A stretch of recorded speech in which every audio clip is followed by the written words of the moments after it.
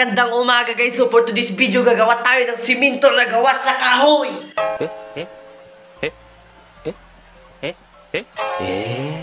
You didn't have to cut me off. I can never know we were nothing. I don't even need your love, but you treat me like a stranger and I feel so up. Dito nga ay papunta na ako sa aming destinasyon.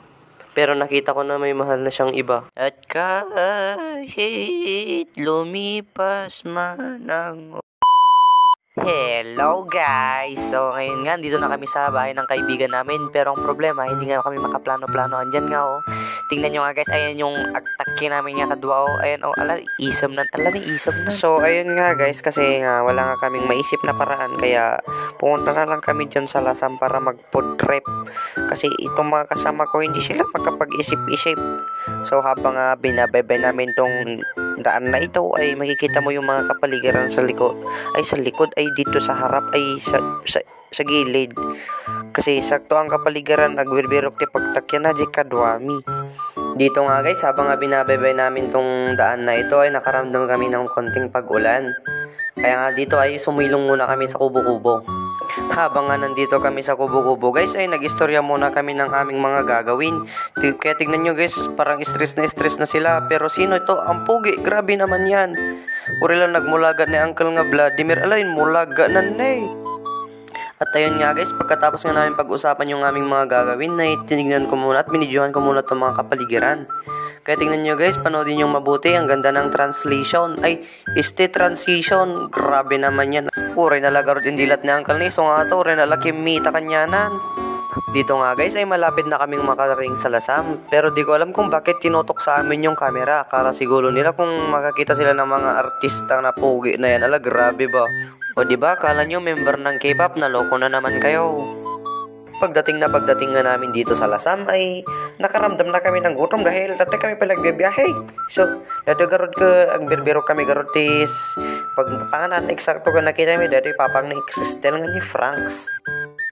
Dito nga guys ay bumaba na kami sa motor para puntahan yung papang ni Cristel. Pero ape kas tito kadwak agon-on natin ni grabe ba. Nabannog siguro nga nagbiyahe. Ato yun, ala ako. Pagdating nga namin guys ay nag-order na kami ng hamburger. At ito na nga ay pinicturan nga namin. Ayan tikman nyo yan guys pagdating nyo sa Lasam para matikman nyo rin yung Franks nila.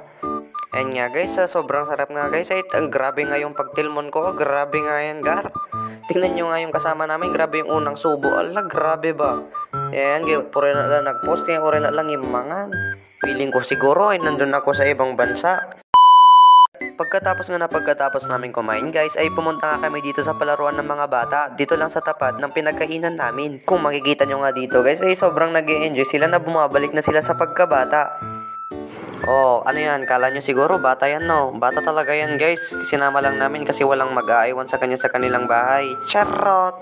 Pagkatapos nga namin naglaro guys, napag-isipan nga namin umuwi na kasi pagod na kami at mayroon pa kaming pupuntahan mamaya. Habang garot si kami kat paawidan ko, di magas kami garot ti makanag, mabisin man dagat yung arsap nga kakadwa ko. Ito yung si dagiti roadside, ito yung story toy. Habang nga kami bumibili guys, ay nagtaka nga ako kung bakit nagdadamag yung tindera kung ilan na ang taon namin. Baka siguro kala niya kawatan kami. Pero yun pala guys, ay tinanong lang kami kung sino nga daw yung malapit na magdidibo sa amin para dito daw maganap kung gusto namin. Kaya guys, sa mga magdidibo nga dyan, pwede nga kayo dito dahil napakaganda nga at napaka-stylish ng kanilang pagkakagawa. Pagkatapos nga naming bumili guys at makipagkwentuhan sa tindera, ay umuwi na kami. Pero habang nga pauwi kami ay naabutan na naman kami ng ulan kaya maghanap na naman kami ng pagsisilungan. Pagkatapos nga namin guys na makahanap ng pagsisilungan ay dito na namin sinimulan na arsabin yung mga ginatang namin na makan ay apaw. Dagita nagrarawon ay ala apaw. Dagita man guys, dikitan nyo dagita tiwag tularan guys. Pero habang uminom ako ng sito guys ay may napansin nga akong kakaiba. Ito nga pala yung napansin ko guys, pero di ko nga alam kung bakit kanina pa kumakaway sa amin. Kaya umuwi na nga lang kami at hinayaan na lang namin siyang kumaway doon.